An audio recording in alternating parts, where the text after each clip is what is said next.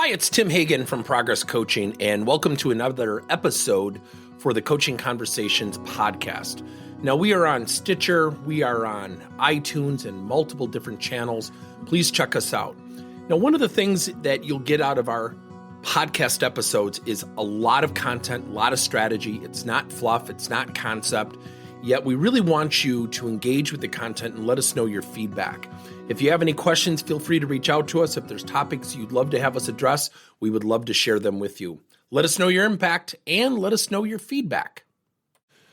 You know, a lot of times I get the question when people say, how do you use technology with coaching? What's the core objective? I think you have to go back to the core objective of putting things in people's minds, delivering information, content, video, thoughts, quotes, whatever it is, to facilitate the choice to change in the direction that they want or you want or what have you.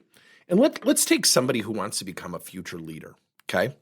Let's take somebody who wants to become a future leader, and let's just say they're a high D in DISC. They're dominant, they talk over people, they're aggressive, they're assertive, good attributes, and certainly some countering attributes.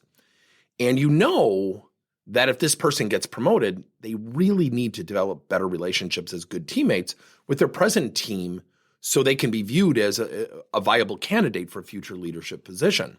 That can be very daunting because you're asking a D, a behavioral tendency to be dominant, to pull back a little bit. So one of the things that we did with somebody who had these traits is to, send them weekly videos. And we would send weekly videos on great teamwork. And you could tell the first 3-4 weeks, this person, she just hated it. Yet we also had her journal every single week, observations of people on the team who are really good teammates, things that they specifically did. And so we were training her eye. We were training her eye to be conditioned to acknowledge the good things on the team. And then what we had is we had a leader that would only praise her. So the first month, she was angry. She goes, "This is dumb. This isn't anything to do with work."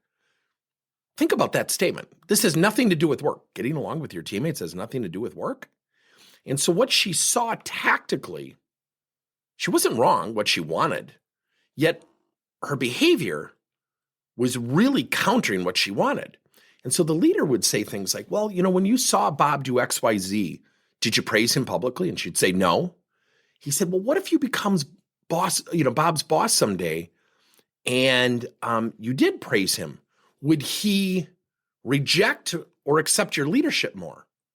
And you could see at about weeks 5 through 8, she started answering questions with tones of, "Well, he'd probably be more receptive. Maybe not entirely." And she put these conditions on it. And so what we did is we would send her a positive video every single week. She had to write down her interpretation of the video. In the first 4 weeks, it was very jaded. Weeks 5 through 8 started to come around. All of a sudden, at about week 10, you could see the acceleration. You could see her laughing with her teammates. We never told her to go laugh with her teammates. We could see her getting along better with her teammates. And so what we did is we used coaching automation, and every week we would send a video. And she would journal. Then she would have to journal observations of other people. And then once every 2 weeks, the leader would call her and say, "Look, I want you to meet with one person on the team. And in the spirit of you becoming a great leader, I want you to find out what their goals are, where they want to take their careers." Because when you know that information, you're going to be in a better position as a first-time leader to build collaboration and cooperation, which I promise you as a leader, you're going to dramatically need. So we tied the teamwork action to this person becoming a leader. But week 10 and on, things started to accelerate. Here's the lesson. We fueled her mind positively. We prompted her through reflection and journaling and observation to see the good things. And then we had her engage with people and tied it to her motivator, her goal of becoming a future leader, which is the WIFT, what's in it for them. And over time, the person started to accelerate their change.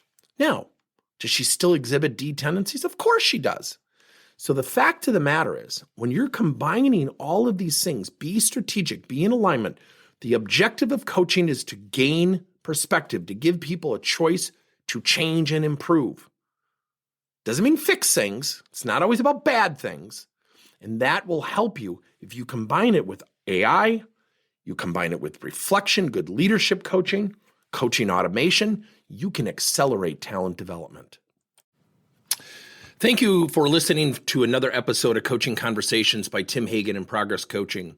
Now, our company is always coming out with new and innovative solutions to help leaders coach their employees. And recently, we just created a new service called Coach to You, where leaders can pick and choose topics and assign 7 to 21-day programs for employees to learn and, more importantly, apply actions and then reflect and share what they're going to do going forward as a result of the learning. It's called Coach to You. We're literally bringing coaching to your employees.